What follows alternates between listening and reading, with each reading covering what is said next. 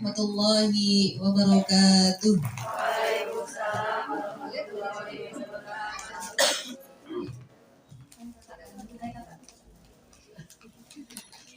Alhamdulillahi rabbil alamin. Nahmaduhu wa nasta'inuhu wa nastaghfiruh. Wa na'udzu billahi min syururi anfusina wa min sayyiati a'malina. Man yahdihillahu fala mudilla lahu wa man yudlil fala hadiya lahu. Asyhadu an la ilaha illallah wa asyhadu anna Muhammadan 'abduhu wa rasuluh la nabiyya ba'dah. La haula wa la quwwata illa billah amma ba'd. Alhamdulillah atas nikmat Allah yang kita tidak bisa menghitungnya, Masya Allah. Kami rombongan tadi kesini Bu ya, datang dari Jatinasih. Alhamdulillah bisa bersilaturahim dengan umahat sekalian di sini. Silakan boleh maju Ibu, supaya yang baru datang lebih mudah aksesnya. Silakan. Ya, biasanya tempat favorit ibu-ibu pengajian itu sambil nyandar.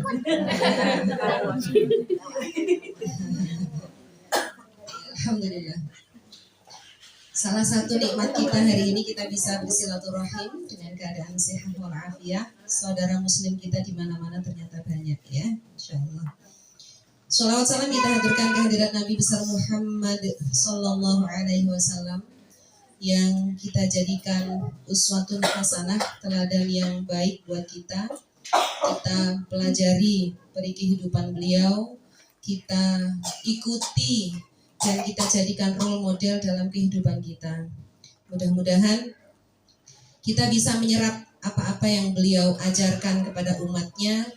Wabil khusus hari ini yang ingin kita fokus pelajari adalah tentang parenting. Parents itu orang tua, keberadaan kita sebagai orang tua, bagaimana Rasulullah mengajarkan untuk mendidik anak-anak kita. Ibu-ibu rahimakumullah, kalaulah ini masih bulan Rabiul Awal, ya, bulan Maulid Nabi, di banyak tempat sering diperingati sebagai hari lahir Rasulullah Sallallahu Alaihi Wasallam. Bukan hanya kita menampakkan perasaan gembira dan rasa syukur kita kepada Allah Subhanahu wa taala bahwa Allah mengutus menghadirkan sosok yang agung, pribadi yang mulia yang bisa kita jadikan teladan kita. Enggak main-main ya. Beliau diutus itu sebagai rahmatan lil alamin, rahmat bagi seluruh alam. Bahkan bukan hanya untuk orang Arab saja, bukan hanya untuk orang Islam saja, bahkan juga bukan hanya untuk kalangan manusia saja, tetapi seluruh alam semesta. Dan ini luar biasa, harus kita syukuri juga di antara yang sering kita lafadzkan dalam makfurat kita sehari-hari. Misalnya pagi hari saja kita sudah melafadzkan tadi asbahna ala fitratil Islam wa kalimatil ikhlas wa ala dini nabiyyina Muhammadin sallallahu alaihi wasallam. Hal yang harus selalu kita perbaharui rasa syukur kita adalah alhamdulillah ya Allah, pagi ini saya masih fitratul Islam, saya masih muslim. Kenapa nikmat Islam itu harus disyukuri? Karena salah satu hal yang Rasulullah khawatirkan juga bahwa pada akhir zaman nanti, di akhir masa itu akan ada fitnah yang sangat ngeri ya. Sehingga dari fitnah itu bisa jadi orang yang paginya muslim, sorenya sudah kafir, atau sorenya muslim, paginya sudah kafir. Na'udzubillah. Sampai sering dibahasakan kayak siklus kacang kedelai jadi tempe. Paginya masih kacang kedelai, sorenya udah jadi tempe. Besokannya udah jadi apa Bu? Mendoan. Artinya apa? Perubahan itu sangat cepat sekali dan itu pernah dikhawatirkan oleh Rasulullah Sallallahu Alaihi Wasallam. Sehingga ketika hari ini kondisi kita masih muslim, masih mukmin, kita Allah takdirkan menjadi orang Islam dan orang yang beriman, itu salah satu hal yang harus kita syukuri, harus disadari Bu, supaya Islam kita bukan Islam yang alami. Ya iya kita Islam, gimana? Oh bapak ibu saya Islam, saya lahir jadi muslim, nggak ngerti rasanya sebenarnya apa ya muslim itu harus bagaimana dan lain-lain. Tidak, bukan hanya alamiah saja, tetapi kita bisa mengembangkan lagi dengan ilmiah, ada ilmunya ternyata. Dan itu kita awali dengan rasa syukur tadi, alhamdulillah ya Allah. Saya tidak perlu berusaha keras seperti saudara-saudara di luar sana yang mu'alaf, yang harus mencari jalan hidayah itu sampai luar biasa seperti itu. Tetapi alhamdulillah Allah karuniakan orang tua yang muslim, kita dididik muslim gitu ya, sampai sekarang juga muslim, dan kita menginginkan anak keturunan kita, zuriyah thayyibah kita juga lahir, tumbuh, kita didik, dan sampai akhir hayatnya juga mereka wafat, kita juga wafat dengan membawa Islam itu. Wala tamutunna illa wa antum muslimun. Insyaallah mudah-mudahan Allah wafatkan kita semua nanti dalam keadaan husnul khotimah. Amin Allahumma amin. Di surah Al-Ahzab ayat 21 Allah berfirman bahwa Rasulullah itu menjadi sebuah tauladan. Tauladan itu contoh yang baik, atau istilahnya di situ dibahasakan dengan uswatun hasanah. Laqad kana lakum fi Rasulillahi uswatun hasanah. Allah telah menciptakan pada diri Rasulullah itu ada uswah hasanah, teladan yang baik, contoh yang baik. Untuk siapa? Liman kana yarjullaha, bagi orang yang mengharapkan Allah wal yaumal akhir, dan hari akhir. Wa dzakarallaha katsira, dan dia mengingat Allah dengan sangat banyak. Kalaulah misalnya banyak orang yang bingung menjadikan siapa yang harus saya idolakan, siapa yang harus saya ikuti, terlebih generasi muda yang tidak diperkenalkan oleh orang tua atau lingkungannya. Seringkali mereka salah arah dan mengikuti hal yang seolah itu indah di mata mereka, seolah itu yang penting tren, disenangi banyak orang, ya. Dan ini yang harus kita arahkan. Sebelum kita menginginkan anak-anak kita, baik anak biologis maupun anak ideologis. Kalau ibu-ibu yang melahirkan, tentu saja anak biologis tanggung jawabnya sangat luar biasa besar. Bagi ustadzah, guru-guru, anak ideologis tentu saja menginginkan anak muridnya, anak didiknya juga bisa menyerap ilmu-ilmu keislaman yang kita arahkan ke sana. Sebelum menginginkan anak-anak kita bisa menjadikan Rasulullah itu sebagai tauladan yang baik, maka sebaiknya kita, para orang tua, para pendidik juga bisa memposisikan hal itu. Kita menjadikan Rasulullah sebagai teladan yang kita ikuti. Ya, jadi sosok beliau itu menjadi panutan, sehingga kalau kita ingin melangkah, kita ingin mau ngapain ya, gitu ya, maka kita harus tahu kira-kira kalau Rasulullah pernah nggak ya mencontohkan hal seperti ini. Kira-kira ada nggak ya bimbingan, arahan, tuntunan dari Rasulullah, dari ajaran agama Islam itu tentang hal itu. Kalau saya, Allah karuniakan, Allah anugerahkan, Allah amanahkan anak keturunan kepada kami, keluarga, kemudian guru-guru juga, orang tua mengirim anak-anaknya untuk dididik gitu ya. Maka apa dan bagaimana yang Rasulullah contohkan dalam mendidik anak-anak kita semuanya? Yang pertama adalah menjadikan Rasulullah sebagai tauladan. Berarti cara mendidik yang utama pertama kali adalah dengan keteladanan. Bukan semata hanya arahan lisan, tetapi juga dengan apa yang kita lakukan. Kalau dalam maqalah Arabiyah, orang Arab itu ada istilahnya lisanul hal afsahu min lisanil maqal. Hal, keadaan, kondisi, bahasa tubuh kita, kemudian apa yang kita lakukan itu jauh lebih fasih dibandingkan hanya sekedar ucapan saja. Nggak ada maknanya ketika seorang guru atau orang tua menginginkan anaknya melakukan kebaikan, sementara anak melihat sosok orang tua atau guru justru sebaliknya. Yang lebih mudah diikuti anak adalah apa yang dilakukan. Maka tadi lisanul hal afsahu min lisanil maqal. Jangan sekedar ngomong doang, tapi contohkan. Ya, kita pengen anak-anak kita yang laki-laki misalnya sholat jamaah di masjid, maka sang ayah, sang ustadz juga mencontohkan saat adzan, ayo ke masjid gitu ya. Meskipun di awal-awal mungkin belum ajakan dan lain-lain, tapi ngelihat orang tuanya, ngelihat guru-gurunya, oh kalau adzan itu ternyata terus ke masjid. Oh kalau bunda-bunda udah mau keluar rumah itu ternyata pakai jilbab. Oh ternyata kalau mau makan itu harus dengan tangan kanan. Itu yang dilihat, maka itu yang akan dicontoh oleh anak-anak. betapa Allah karuniakan yang namanya anak-anak itu adalah peniru ulung.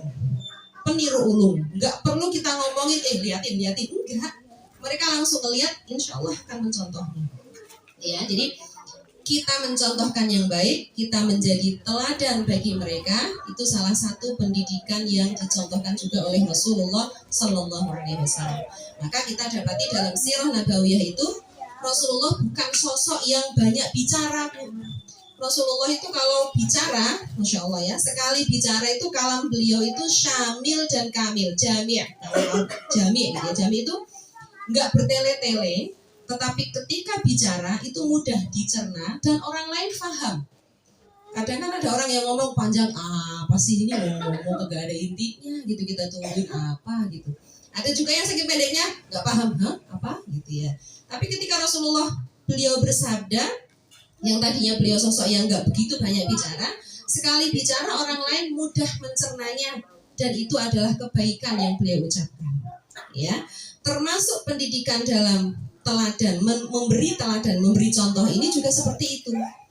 Ketika Rasulullah misalnya pernah diceritakan oleh sahabat Ibnu Abbas, Abdullah Ibnu Abbas, beliau salah seorang sahabat Rasulullah yang sahabat kecil, artinya ketika Rasul wafat itu beliau masih muda belia, ya, sepupu Rasulullah karena Abbas adalah paman Rasulullah, Abdullah Ibnu Abbas. Beliau pernah satu malam menginap di rumah bibinya, bibi namanya Maimunah, yang Bunda Maimunah ini juga salah satu istri Rasulullah SAW. Saat itu masih kecil, kila ada yang mengatakan 9 atau 10 tahun, masih bocah, belum balik gitu ya. Saat nginep itu dia ngelilir, apa ngelilir bahasa Indonesianya ya? Terbangun gitulah ya, terbangun di tengah malam. Dan beliau mendapati bibinya, istri Rasulullah itu tengah menjadi makmum dari Rasulullah yang melakukan sholat malam. Iya.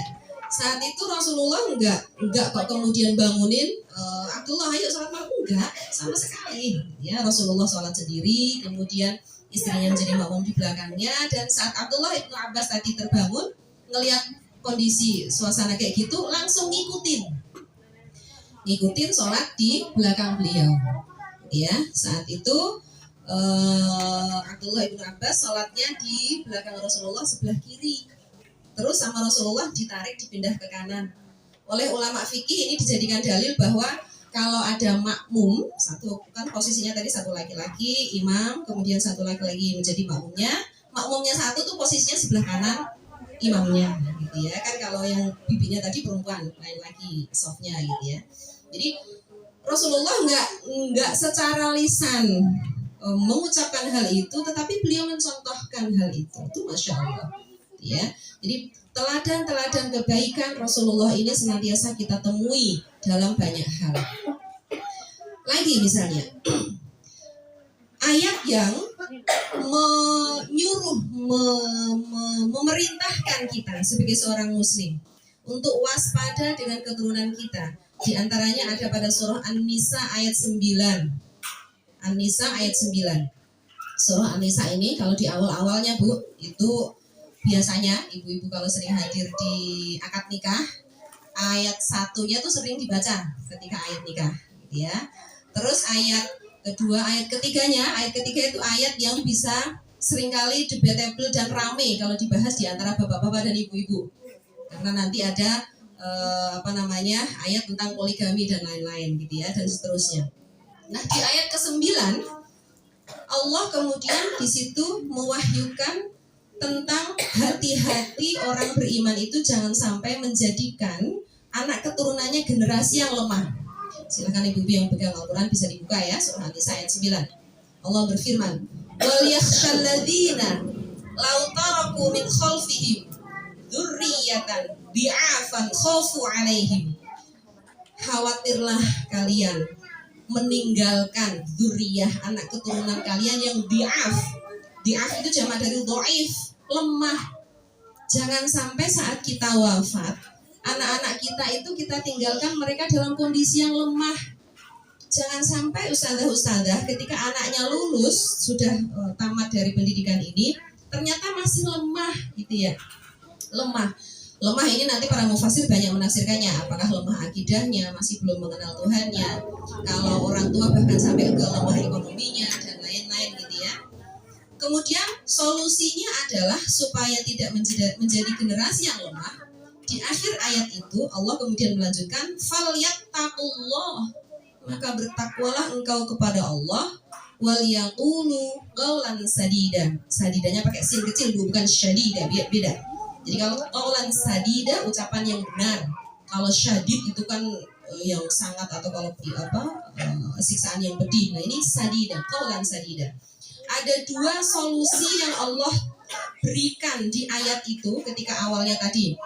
Hati-hatilah engkau, jangan sampai meninggalkan anak keturunan yang lemah di belakang kalian. Sepeninggal kita, yang kita tinggalkan kok lemah. Itu hati-hati. Supaya tidak lemah, maka yang pertama adalah falyattaqullah. Kita para orang tua, para pendidik, modal utama harus bertakwa kepada Allah Subhanahu wa taala. Kemudian yang kedua adalah waliyaqulu qaulan sadida. Ucapan yang baik, perkataan yang benar, yang lurus, yang lempeng, enggak belok-belok gitu ya. Yang modal pertama takwa ini, Masya Allah, ketakwaan ini hal yang harus sering diingatkan, diwasiatkan sesama umat Islam.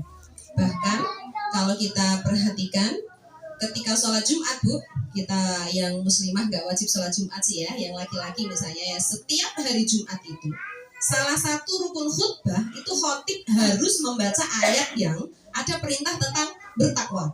Jadi apapun, ya ayyuhalladzina amanu taqullaha wal yaqulu qawlan ya ayyuhalladzina amanu taqullaha haqqa tuqatih, ya ayyuhalladzina amanu taqu rabbakum, harus perintah takwa itu harus diulang-ulang. Artinya apa? Mewasiatkan, saling mengingatkan untuk selalu bertakwa kepada Allah itu sesuatu hal yang paling menjadi urgent dasar.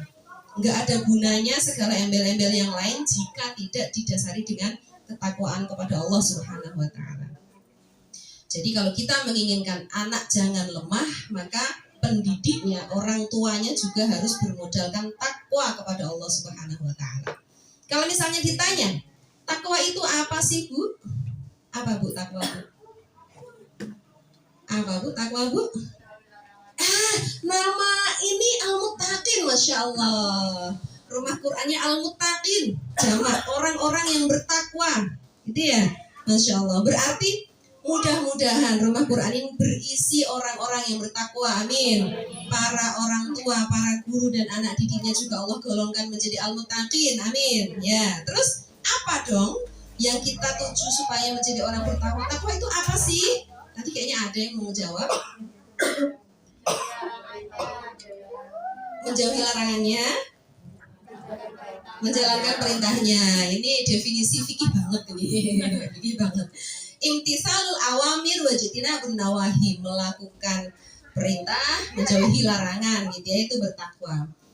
Khalifah Umar ibn Khattab radhiyallahu anhu pernah menanyakan hal itu kepada salah seorang sahabat Rasulullah yang ahlul Quran, yang menjadi salah satu sekretaris wahyu Rasulullah, yang pernah menjadi imam Masjid Nabawi. Jadi salah satu sejarah disunnahkannya sholat tarawih itu, Bu, berjamaah. Kalau zaman Rasulullah belum ada, Bu, sholat tarawih jamaah. Sholat tarawih jamaah itu awalnya yang menginisiasi adalah pada kekhalifahan sahabat Umar ibn Khattab radhiyallahu anhu. Yang diminta jadi imam itu sahabat Ubay ibn Ka'ab namanya. Beliau ini sahabat yang luar biasa, termasuk ahlul Quran. Bahkan kalau kita belajar tafsir, salah satu asbab nuzul di juz 30 itu ada salah satu surat yang diawali dengan Rasulullah pernah menyampaikan salam dari malaikat Jibril, ya, dari Allah malaikat Jibril kepada Ubay ini, sampai Ubay nangis. Saya yang disebut wahai Rasul, gitu ya, karena beliau mempunyai keutamaan yang luar biasa terkait dengan Al-Quran. Nah, sahabat Umar ibn Khattab pernah bertanya kepada sahabat Ubay ibn Ka'ab radhiyallahu anhu ini tadi. Beliau bertanya, wahai Ubay, menurutmu takwa itu apa sih? Ya. Dari pertanyaan kayak gini, Bu, kita bisa ngelihat, Masya Allah, betapa sahabat Umar itu seorang khalifah, kepala negara, mertua Rasulullah, termasuk salah satu keluarga dekat Rasulullah, termasuk salah satu sahabat yang senior juga, tetapi nggak malu untuk bertanya tentang sebuah ilmu. Jadi nggak masalah gitu mau belajar itu dari siapapun. Ketika itu Ubay ibnu Ka'ab kemudian nggak langsung menjawab, tapi ganti bertanya, wahai Amirul Mukminin, apa pendapatmu? Bagaimana jika misalnya kita melewati sebuah jalan, yang di jalan di situ banyak onak, duri, kerikil, hal-hal yang bisa mencelakakan kita. Kira-kira kita berjalannya bagaimana? Sahabat Umar kemudian menjawab, tentu saja kita harus berhati-hati supaya nggak kena duri di sana, nggak kesandung di sana, nggak kejeblos lubang di sana. Ya. Kemudian sahabat Ubay ganti menjawabnya, itulah yang namanya takwa. Takwa itu adalah hati-hati. Sehingga ketika kita hidup di dunia, kita ingin menghiasi, menjadikan kita menjadi pribadi yang bertakwa. Kita hidup itu hati-hati, nggak serampangan, bus gitu aja enggak. Kita mau ke sini, ada nggak ya syariat? Ini dilarang nggak ya sama Allah, gitu ya? Tek, boleh nggak ya perempuan begini? Tek, halal nggak ya? Jangan-jangan nggak boleh nih perempuan begitu. Kita hati-hati. Di jalanan aja ada rambu-rambu, Bu, gitu ya. Apalagi kita hidup di dunia, Masya Allah. Allah itu Maha Rahman, Maha Rahim. Kita diciptakan, ditaruh di bumi itu nggak kayak dilepas di belantara yang kemudian terserah lu jadi hukum rimba, mana yang kuat, mana yang menang, enggak. Tetapi Allah punya aturan supaya hidup menjadi terarah, hidup menjadi tertib, menjadi saling terhormat dan lain-lain. Allah punya aturan-aturan dan hidup dengan mengikuti aturan-aturan itulah yang namanya takwa. Sehingga menurut ulama fikih tadi dikatakan kalau takwa itu ya apa yang Allah perintahkan lakuin, apa yang Allah larang jauhin. Nah, gitu ya. Terus kaitannya nanti terkait dengan hukum taklifi ada kalau wajib itu dilakukan mendapatkan pahala, kalau ditinggalkan mendapatkan dosa. Nah, itu sampai ke perintilan-perintilan hukum fikihnya sampai seperti itu. Itulah takwa, modal pertama yang harus dimiliki oleh orang tua atau pendidik agar tidak meninggalkan keturunan dalam kondisi lemah. Ya, dalam kondisi lemah. Ayat 9 dalam surat An-Nisa itu dia di antara rangkaian yang awalnya di sebelumnya itu dia berbicara tentang warisan, Bu. Tentang warisan. Setelahnya juga begitu. Nanti ayat 11 dan 12 itu bahkan membicarakan tentang warisan yang istri dapat seperempat jika suami tak punya anak. Kalau suami punya anak dapat 1/8 dan itu sampai detail dibahas di situ. Sehingga beberapa mufasir kemudian mengkaitkan yang dimaksud dengan makna keturunan yang lemah itu jangan sampai orang tuanya kaya kemudian anak-anaknya nggak dapat warisan yang sesuai dan lemah secara ekonomi. Ada yang menafsirkan seperti itu. Tetapi banyak juga kemudian yang melihat bahwa ini kaitannya bukan sekedar ekonomi semata. Karena kalau hanya ekonomi tanpa didasari dengan ketakwaan, nggak berapa lama sih harta yang ditinggalkan orang tua jika anaknya nggak bisa mengelolanya, setahun, 2 tahun, 5 tahun, bablas, nggak ada manfaatnya, gitu ya. Sampai pernah ada kisah pada khalifah dinasti Umayyah. Dinasti Umayyah itu setelah masa Rasulullah, Khulafaur Rasyidin, nah itu dinasti Umayyah. Habis itu nanti dinasti Abbasiyah. Dinasti Umayyah itu yang salah satu khalifah yang terkenal adalah Umar ibnu Abdul Aziz, Umar bin Abdul Aziz. Sampai dikatakan Umar yang khalifah yang kelima, saking terkenal dengan adilnya beliau. Sebelum 2 periode sebelum Khalifah Umar, itu yang memimpin khalifah namanya Al-Malik ibnu Walid kalau nggak salah. Beliau terkenal sebagai khalifah yang kaya raya, yang luar biasa kekayaannya. Dan saat beliau wafat itu, anak-anaknya mendapatkan warisan yang kalau dihitung, satu anak saja itu sekian puluh triliun, Bu. Kalau dikurskan dengan yang sekarang, dikatakan 80 triliun gitu ya. Ada sekian ribu dinar yang kalau dihitung dengan sekarang bisa sampai 80 triliun per anak. Masa itu, Masya Allah, masa itu gitu ya. Nah terus setelah Khalifah Malik tadi digantikan dengan Khalifah Sulaiman namanya. Sulaiman ini, kalau Sulaiman beliau lebih wise, lebih bijak dibandingkan yang Khalifah sebelumnya. Tetapi Khalifah Sulaiman ini beliau terkenal dengan suka makan. Jadi badannya tanggung gitu ya, badannya besar sekali. Sampai diriwayatkan saking senang makannya itu sekali makan bisa melahap sekitar 200 butir telur gitu, Masya Allah. Sehingga beliau wafat muda, wallah alam, nggak ada ini Bu diagnosa apakah kolesterol apa nggak ada, pokoknya wafatnya muda, dia sekitar 35 tahun wafat. Menjelang akhir kehidupannya Khalifah Sulaiman ini, beliau berpikir mau mencari penggantinya. Kalau dinasti kan biasanya harus anaknya gitu ya. Dipanggillah anaknya yang paling gede. Dicoba dipakein jubah kekhalifahan. Kedodoran Bu, anaknya masih kecil. Disuruh latihan megang pedang kekhalifahan. Nggak kuat saking gedenya pedang itu. Karena memang anaknya masih kecil. Terus dia bingung, siapa khalifah penggantiku? Anakku masih kayak gini gitu ya. Kemudian dia ingat ayat itu. Betapa bahagianya orang tua yang kalau wafat anaknya sudah kuat, tidak lemah. Ya, saat itu lemahnya secara fisik karena anaknya masih kecil-kecil. Kemudian oleh para penasihat kerajaan dinasti kekhalifahan itu disarankan, coba angkatlah saudaramu yang namanya Umar itu tadi, Umar bin Abdul Aziz ya. Karena kita lihat dia itu sosok yang bijaksana. Terus Sulaiman, dia kan bukan anakku, dia bukan adikku, ibaratnya nggak ada hubungan nasab, nanti aku diprotes sama keluarga besar aku. Ya udah kamu bikin wasiat aja peraturan, nanti setelah Umar barulah adikmu, barulah lagi siapa gitu ya, nanti yang secara urut ada gitu. Oh gitu ya, oke gitu. Nah kebetulan Umar bin Abdul Aziz ini sebelumnya pernah menjadi gubernur di wilayah Madinah yang pernah dipecat oleh Khalifah Malik sebelumnya tadi, gitu ya. Nah, terus akhirnya betullah itu ketika Khalifah Sulaiman tadi wafat di usia 35 tahun, diangkatlah Khalifah Umar bin Abdul Aziz. Beliau ini luar biasa terkenal dengan keadilannya, ya, yang sampai diibaratkan karena beliau adil itu para oligarki masa itu merasa terancam kedudukannya gitu ya, sehingga ada riwayat yang mengatakan Umar bin Abdul Aziz ini diracun sedikit demi sedikit sehingga masa kekhalifahannya hanya bertahan sekitar 2 tahun dan beliau wafat karena tadi lama-lama fisiknya melemah gitu ya. Tetapi dalam 2 tahun pemerintahannya itu, Masya Allah, beliau dengan karunia Allah kemudian bisa menghadirkan kesejahteraan bagi rakyatnya. Sampai dikatakan untuk mencari mustahik orang yang berhak mendapatkan zakat itu susah. Karena semua orang sudah naik derajatnya menjadi muzaki, orang yang berzakat. Saking makmurnya rakyatnya gitu ya, karena beliau adil, diriwayatkan saking adilnya. Jangankan korupsi besar-besaran.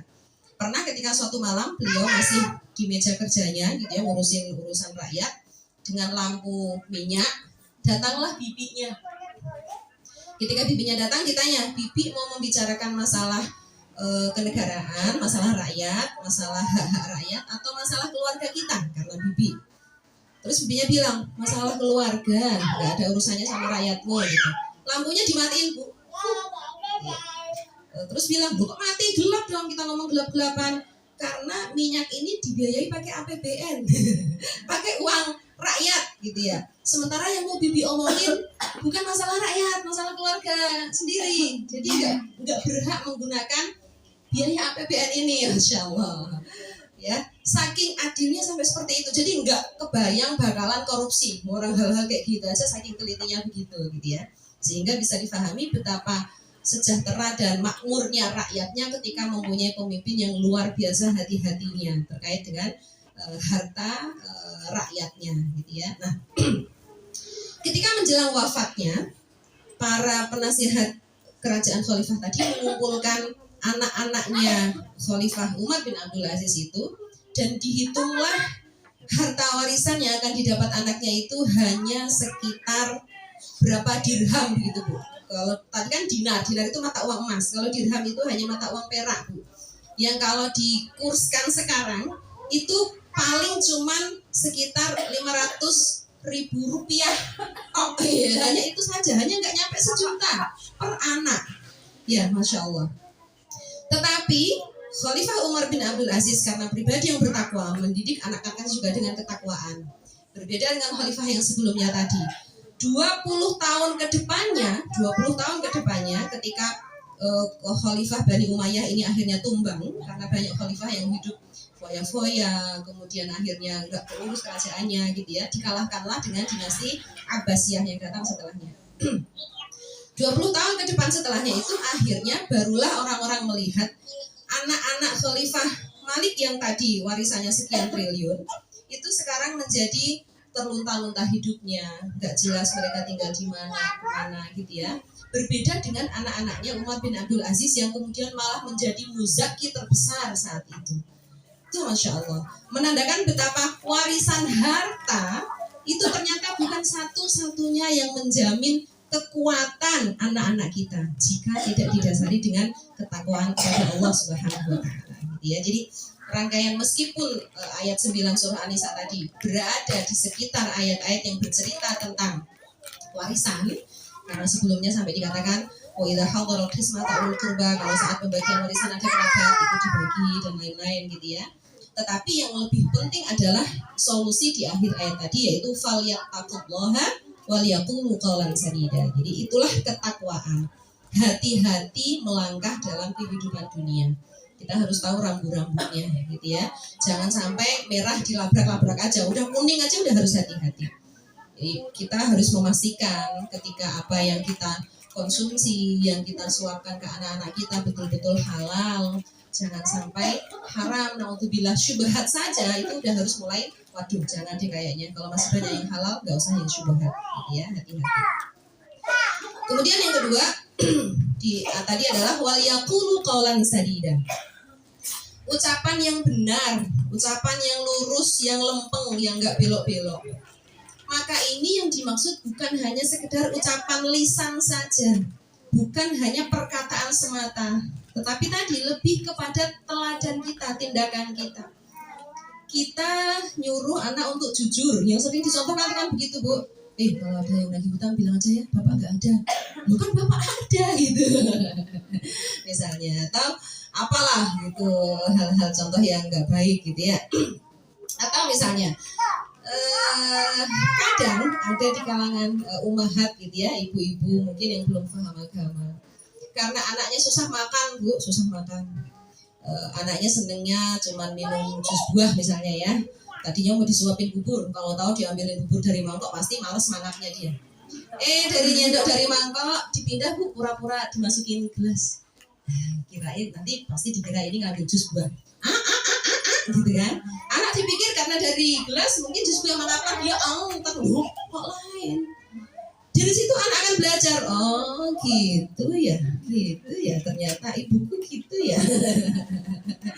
Atau terkadang hati-hati juga yang ada aktivitas di luar, mau ninggalin anak kecil, biasanya nggak tega anak nangis, terus nanti bilang sama neneknya yang ini nemenin, ikut nenek dulu ya, atau sama mbaknya dulu ya, sama tetehnya dulu gitu. Terus dia lihat, tuh lihat cicak, lihat mobil lewat. Terus kita menyelinap pergi diam-diam tanpa bilang ke anak tadi, karena tahu kalau kita pamitan sama dia pasti nangis, bisa jadi minta ikut lah, kita nggak boleh pergi lah, macam-macam alasan gitu ya. Dari situ bisa jadi ketika di awal tadi anak mungkin diam nggak nangis karena tadi dikelabui dengan banyak hal yang lain, tetapi lama-lama anak juga akan belajar, oh gitu.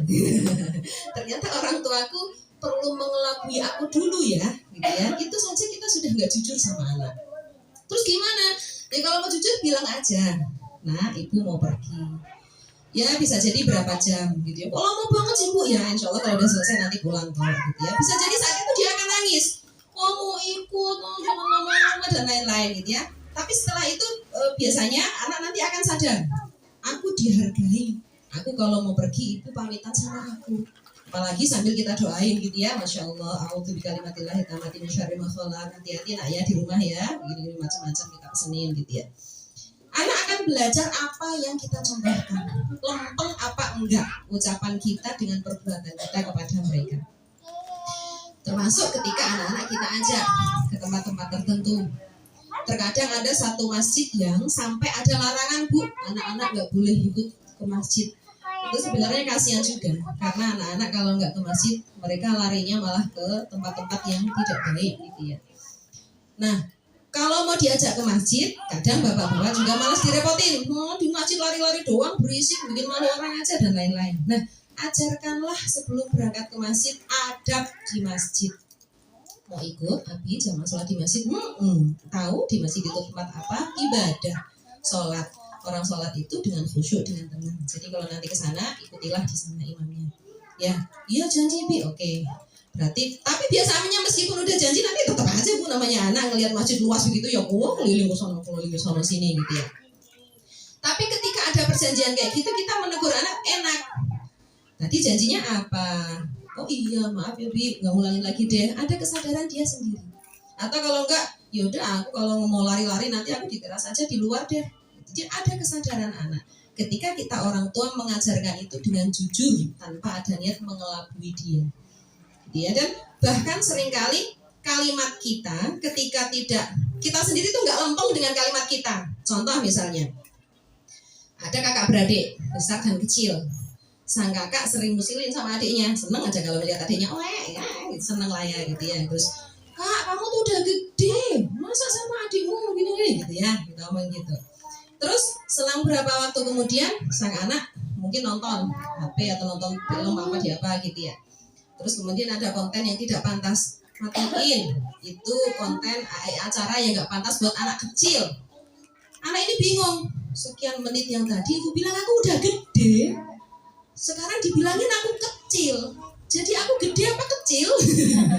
Dia mengidentifikasi dirinya sendiri bingung. Karena orang tuanya juga gak jelas. Jadi kalau mau ngajarin jelas. Ngajarin, nah kamu sudah lebih besar dari adikmu. Gitu kan mending. Gitu ya, atau nah ini konten yang acara yang nanti layaknya setelah usia sekian. Itu jelas. Jadi jangan membuat anak itu puyeng, pusing.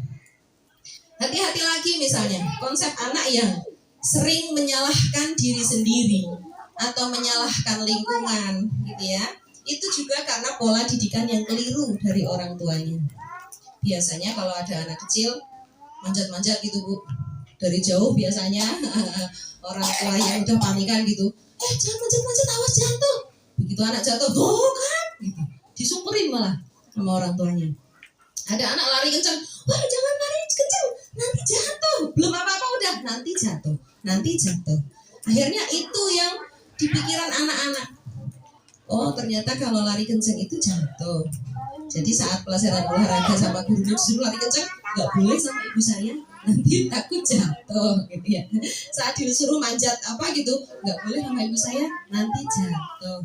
Jadi kalaulah jatuh akhirnya oh iya ternyata apa yang ibu ucapkan itu betul ke saya gitu ya. Sementara ucapan ibunya tadi harusnya jangan mendoakan yang buruk pada anak-anaknya. Atau misalnya ada anak yang ganti menyalahkan lingkungan. Ada anak kecil latihan jalan kesandung. Oh ini salah batunya, ini batu kok ada di tengah jalan ya bikin kamu kesandung, salah ini gitu. Anak akan berusaha menyalahkan pihak lain.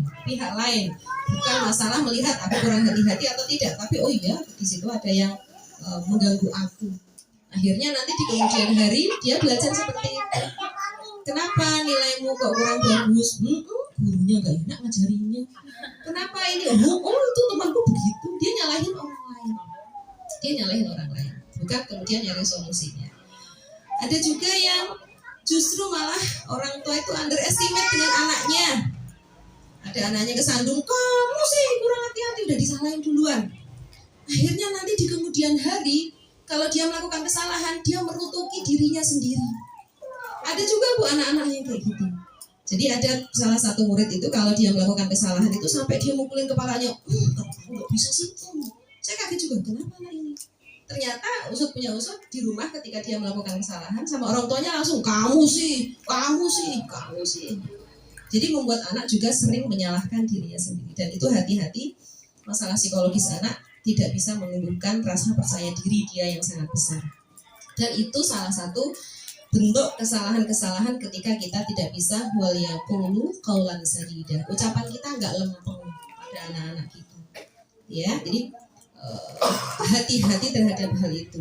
Sekarang itu Masya Allah Bu, dulu di awal-awal lama ya, sebelum ada banyaknya kajian-kajian parenting kayak gini tuh, menjadi orang tua seringkali dikatakan nggak ada sekolahnya, nggak ada lembaga khusus yang ngajarin bagaimana cara menjadi orang tua yang baik. Tapi semakin kesini, meskipun tanpa sekolah khusus, kita sering mengikuti kajian-kajian seperti ini yang juga anak-anak akan belajar ternyata orang tuaku niat menjadi orang tua yang baik, sehingga masih terus mencari ilmu dan itu akan diterapkan kepada anak-anak dengan baik. Ya, Masya Allah. Jadi yang pertama ada ketakwaan, kemudian yang kedua adalah ucapan yang benar, qaulan sadida.